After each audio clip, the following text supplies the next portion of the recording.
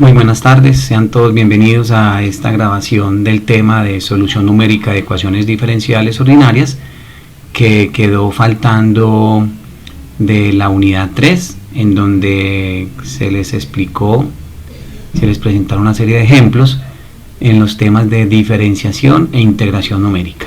Entonces esta es la parte complementaria a ese tema de la unidad 3. Vamos a ver entonces en este momento qué son ecuaciones diferenciales ordinarias, la motivación de por qué hay que estudiarlas y por qué hay que resolverlas de forma numérica, emplear esquemas numéricos para resolverlas, algunos antecedentes matemáticos y una breve orientación acerca de cómo atacar este tipo de problemas. Por último, nos concentraremos principalmente en problemas de valor inicial mediante los métodos de Euler y los métodos generales de Runge-Kutta.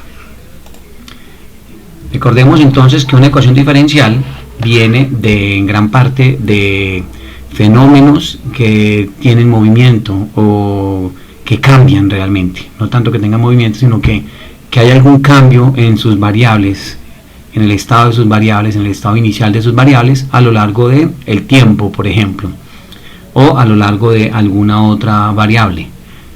Tomemos el caso de un cuerpo en caída libre que está sujeto a la segunda ley de Newton, y todos recordamos por física básica que fuerza es igual a masa por aceleración, y queremos encontrar a qué velocidad se desplaza ese móvil en un determinado tiempo. Para ello, entonces tenemos que también tener fundamentación matemática y física para saber y recordar que la aceleración es la derivada es la razón de cambio de la velocidad con respecto al tiempo, que en términos matemáticos lo designamos como la derivada de v de la velocidad con respecto al tiempo. Aquí al lado derecho van a estar contenidas la masa del cuerpo que se cae, que es conocida, que está en caída libre, y las fuerzas que actúan sobre ese cuerpo. La fuerza en este caso, por ejemplo, de la aceleración gravitacional y otras fuerzas que no viene el caso en este momento explicar. El asunto es que aquí obtenemos una ecuación diferencial de este tipo, en donde están involucradas la derivada y la función, que es v, y su respectiva derivada. Entonces todo en una misma ecuación. Eso es lo que nosotros denominamos ecuación diferencial.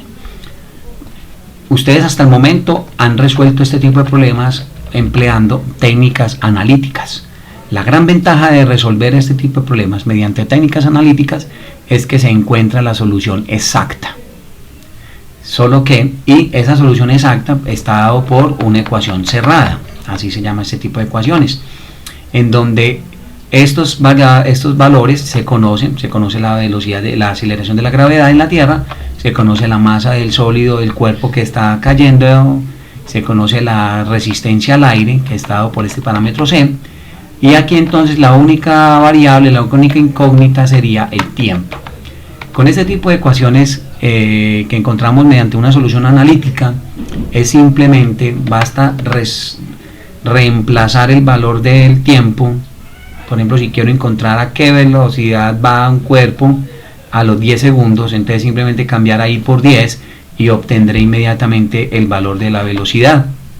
Si quisiera inmediatamente calcular a los 100, pues cambio el 10 por 100 y obtengo el valor a los 100 segundos, o si quisiera, por ejemplo, a los 2 segundos, etc.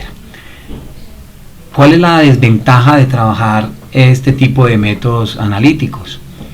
Pues que la inmensa mayoría de los problemas, la inmensa mayoría, o son muy difíciles de resolver de forma analítica, requiere unos cálculos matemáticos muy complejos, requiere de una fundamentación matemática muy avanzada, o no tienen solución.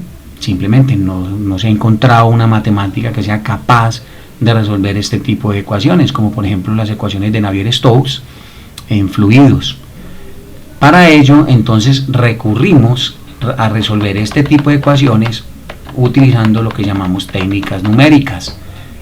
Entonces, eso es lo que vamos a ver en este capítulo. Estas técnicas numéricas nos van a permitir encontrar una expresión aproximada, no exacta, sino una expresión aproximada que me represente el valor de la velocidad en cierto instante del tiempo. La gran ventaja es que con esta forma, en principio, yo puedo resolver cualquier tipo de ecuación sin ningún problema. ¿Qué va a depender en ese momento? El error que vamos a estar dispuestos a cometer, el tiempo de cómputo que nos puede llevar a resolver una ecuación de estas. Este tipo de problemas pueden demandar una cantidad, un consumo de tiempo en un computador gigante del orden de horas, de días e incluso semanas o meses. Entonces esa ya empieza a ser un gran limitante, pero en principio nosotros podríamos ser capaces de resolver cualquier problema. O sea, la restricción que tendríamos con lo de la solución analítica ya no existiría con la parte numérica, más allá de las herramientas de cómputo que estamos empleando. Adicional a eso, esa es la gran ventaja. Entonces tenemos que, si yo quisiera saber la velocidad, por ejemplo, a los 10 segundos, para poder saber la velocidad a los 10 segundos, pues, o sea, en un paso de tiempo i más 1, en el paso siguiente, yo debería saber la velocidad un paso de tiempo anterior. Supongamos que el paso de tiempo dado aquí por delta t es 1 segundo. Para poder calcular la velocidad a los 10 segundos, o sea, en el paso de tiempo siguiente, yo debo saber con anterioridad cuánto fue la velocidad a los 9 segundos y reemplazar. Pero para poder saber la velocidad, para poder haber sabido la velocidad a los 9 segundos, tuve que haber sabido la velocidad a los 8, a los 7, a los 6, a los 5 segundos. Entonces eso, y va a depender la calidad de la respuesta, va a depender en gran medida de dos cosas. Una, va a depender del tamaño del paso de tiempo en este caso, y otra va a depender del esquema numérico empleado para resolverlo. Este es un esquema numérico muy simple, muy sencillo para resolver problemas relativamente simples. Vamos a ver que no siempre nos van a entregar una muy buena solución y tenemos que recurrir entonces a otro tipo de esquemas numéricos más avanzados. Esa es entonces la motivación del por qué estamos estudiando ecuaciones diferenciales ordinarias mediante técnicas numéricas. Recordemos entonces de un curso de ecuaciones diferenciales qué es lo que es una ecuación diferencial ordinaria. Si y representa una función f cualquiera, velocidad, desplazamiento, cualquier cosa, que puede tener como parámetros un conjunto de variables independientes, x1, x2, x3, entonces una ecuación diferencial es una igualdad en la que intervienen alguna o algunas de las derivadas de la función f con respecto a alguna de las variables independientes x, además de los valores y variables. ¿Qué quiere decir esto? En este caso, entonces, una ecuación diferencial involucra derivadas hasta un determinado orden de la variable dependiente hasta derivadas con respecto de la variable dependiente con respecto a la variable independiente. Entonces, ¿qué es una ecuación diferencial ordinaria? Son ecuaciones que contienen derivadas respecto a una sola variable independiente.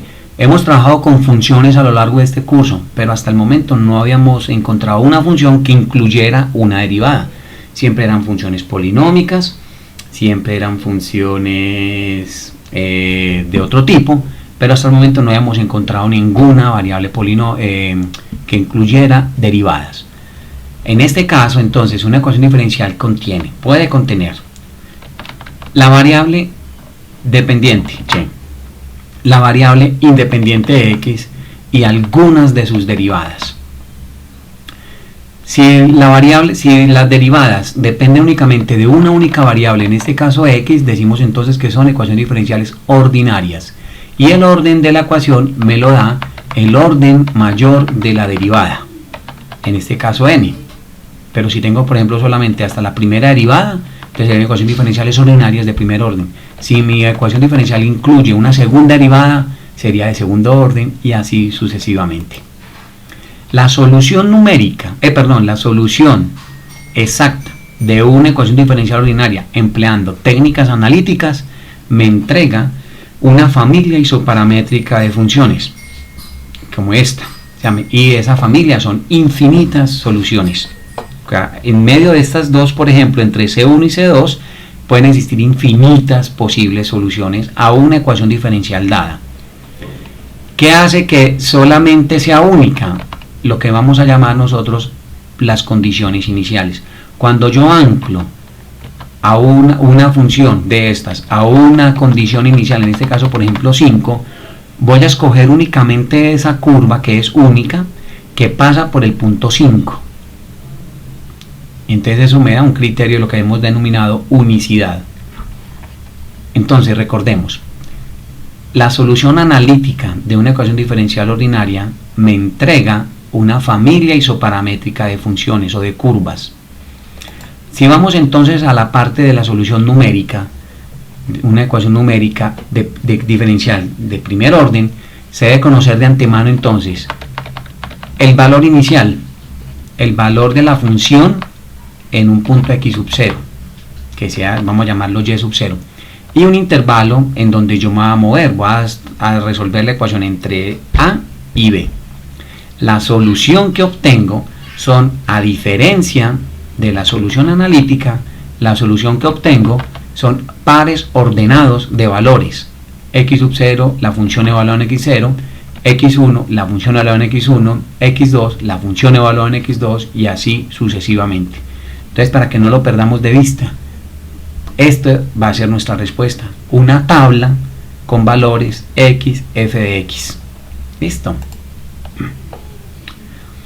Adicionalmente a eso, entonces vamos a resolver en este caso, en este curso, en este tema, problemas de valores iniciales, porque existen también lo que se llaman problemas de valores de contorno, que no lo vamos a tomar en este curso. Entonces, vamos a resolver ecuaciones diferenciales ordinarias de la forma dy de x igual a f de x, y es exactamente lo mismo.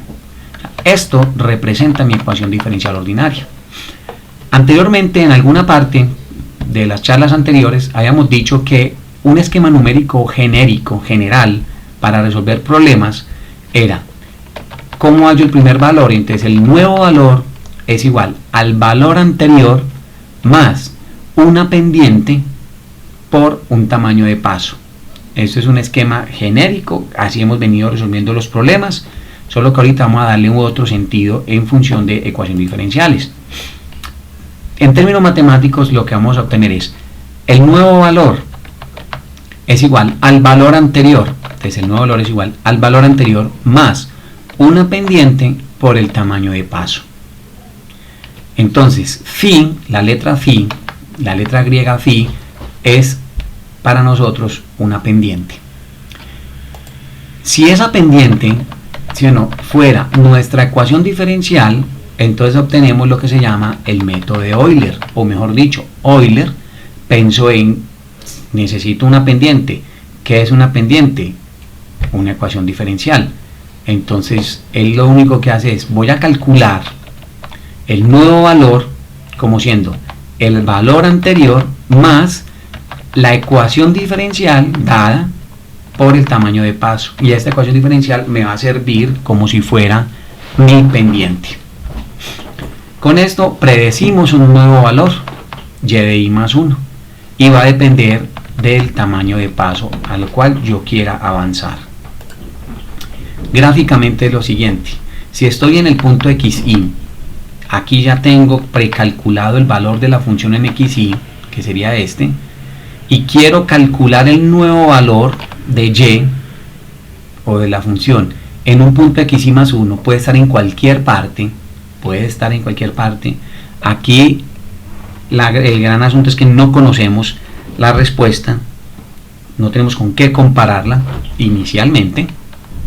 Entonces lo que hace uno es, en el punto xi, traza una línea recta tangente a este punto xi, y eso me da una pendiente. Recuerden por cálculo diferencial que por un punto pasa una y solo una recta tangente. Entonces por este punto pasa una única recta tangente, no pasan 2, no pasan 10, a menos que sea un pico. Recuerden eso, que existen infinitas pendientes o una discontinuidad. Vamos a asumir que estamos en una función suave, continua, etcétera, etcétera. Yo no me voy a meter mucho en la parte matemática de eso, ya ustedes vieron de sobra cursos de cálculo, cursos de álgebra lineal, cursos de ecuaciones diferenciales. Entonces, para trazar esta línea recta, entonces lo que hacemos es simplemente evaluamos la pendiente de esta recta y tiramos hasta donde choquen con esta línea imaginaria, que sería en el punto x y más 1. Supongamos que por esta vez conocemos la solución exacta, que es esta línea continua azul, y debería dar acá, pero evidentemente nos da mucho más lejos. A esta distancia entre el valor predicho y el valor verdadero es lo que nosotros vamos a llamar error. Recuerden, en principio yo no conozco el valor verdadero. ¿Cómo disminuyo esta distancia entre el predicho y el verdadero? Una primera idea sería no tener un tamaño de paso tan grande, sino disminuirlo, por ejemplo, a la mitad o a una porción de él. Observe que si disminuimos el valor a la mitad, aquí por ejemplo, esta altura es mucho menor que toda esta altura. Entonces, disminuyendo el tamaño de paso, puedo mejorar la solución. Ese es lo primero. O lo otro es, busquemos otro esquema que me dé mejor precisión, no necesariamente este único, ¿sí o no? De ahí, entonces, los errores para el método de Euler son básicamente de truncamiento y redondeo. El error de truncamiento es causado por la naturaleza de las técnicas empleadas para aproximar los valores de la función. Existen básicamente dos tipos, uno local, que sería exactamente este que hemos visto acá. Este es un error local de truncamiento. Y otro que es el propagado, que sería como la suma de los errores que se han ido cometiendo. La situación con los propagados se da de que a veces tú puedes tener errores positivos y a veces puedes tener errores negativos y se van anulando. Hay que tener mucho cuidado con ese tipo. Por el momento sería local. Como no conocemos la función exacta, ¿sí o no? Entonces lo que debemos hacer es dar una cota del error, una aproximación, que sería la derivada de la función, ¿sí o no?, dividido 2 factorial por h al cuadrado. Con este valor me da a mí una aproximación de cuál pudo haber sido ese error que se está cometiendo. ¿Cómo mejorar estos métodos? Existe una gran familia de métodos llamados métodos de Runge-Kutta. De esta gran familia son muchos métodos, es más, son infinitos métodos. Cada uno de nosotros puede tener un método de Runge-Kutta para cada uno, personalizado. ¿Cuál es la idea de él? Es exactamente la misma idea que hemos venido trabajando. El valor actual, o el valor en el punto siguiente, va a ser calculado como, o va a ser aproximado, como el valor anterior más una pendiente. Ya vamos a ver cómo va a ser ahorita esa pendiente por el tamaño de paso. Entonces ahorita necesariamente esta es la única posibilidad que tengo yo de calcular esta pendiente o de determinarla. Pues estos matemáticos dijeron no necesariamente. Yo puedo construir esta pendiente como, ojo, una combinación lineal de otras pendientes. Álgebra lineal. Puedo construir como una combinación lineal de otras pendientes, esta pendiente, en donde a sub 1, a sub 2, a sub n son unas ciertas constantes, valores, 5, 7, menos 8, 21, 3,8, valores. Ahora vemos cómo se obtienen. Y los K1, K2, Kn están dadas de la siguiente manera. K1 es el valor de la pendiente. Entonces, si yo aquí, por ejemplo, solamente corto esta serie, esta secuencia, que son infinitos valores, corto a la primera y digo que K1 es la derivada y A1 vale 1, ¿qué obtengo? El método de Euler. Si A1 vale 1 y K1 vale la ecuación diferencial, pues aquí lo que voy a obtener es un esquema de primer orden que es exactamente a Euler. ¿Listo? El K2, si yo quisiera, no, yo quiero cortar, o sea, quiero adicionar más términos para disminuir el error, no solamente disminuyendo el tamaño de H, sino aumentando términos, cogiendo más términos. Entonces supongamos que voy hasta K2, o sea, A1 K1 más A2 K2. Entonces ahí, ¿quién sería A1 y A2? Son constantes, ahorita les digo cómo. Y K1 es esta ecuación diferencial y K2 está dada por esta función, que es la evaluación de la ecuación diferencial en los puntos xy, igual que el anterior, pero a las x se le suma este otro parámetro, P1 por H. Y donde hayan y u y, se le suma este otro parámetro, Q11, K1H. Y así sucesivamente. Para calcular K3 sería la ecuación diferencial que estamos trabajando, donde hayan x, a la x se le suma P2 por H y a la y se le suma Q21, K1H más Q22, K2H. Observe que aquí tenemos lo que se llama una relación de recurrencia. ¿Por qué? Porque para poder calcular K3, observe que están involucrados K2 y K1. Para poder calcular K2 necesitamos K1. ¿Sí observan? Entonces, para poder calcular un nivel más adelante, debo haber calculado previamente los anteriores. Todo esto nos lleva a lo siguiente, que tenemos 1, 2, n ecuaciones, n incógnitas, porque todas son incógnitas, son parámetros, son números, pero no los conozco. Y tampoco conozco en este caso quién es P1, Q11, P2, Q21, Q22, tampoco los conozco, ¿sí o no? Y si yo sigo aquí, K3, K4, K5, K6, K7, van a existir muchísimos más parámetros que esos. Entonces la pregunta es, ¿cómo hacemos para encontrar esos parámetros? Ya habíamos dicho entonces que si n es 1, o sea, si solo corto aquí, desconozco todos estos elementos y digo que A1 es 1, así, porque quiero que A1 sea 1, pero pudo haber sido 0.5, pudo haber sido 10, pudo haber sido menos 1.000.000, simplemente por facilidad digo que A1 vale 1, entonces obtengo el método de Euler. Ese es el método de Euler. Ahora, yo puedo también tener esquemas de run ejecuta de segundo orden, o sea, voy hasta K2, o sea, hasta acá.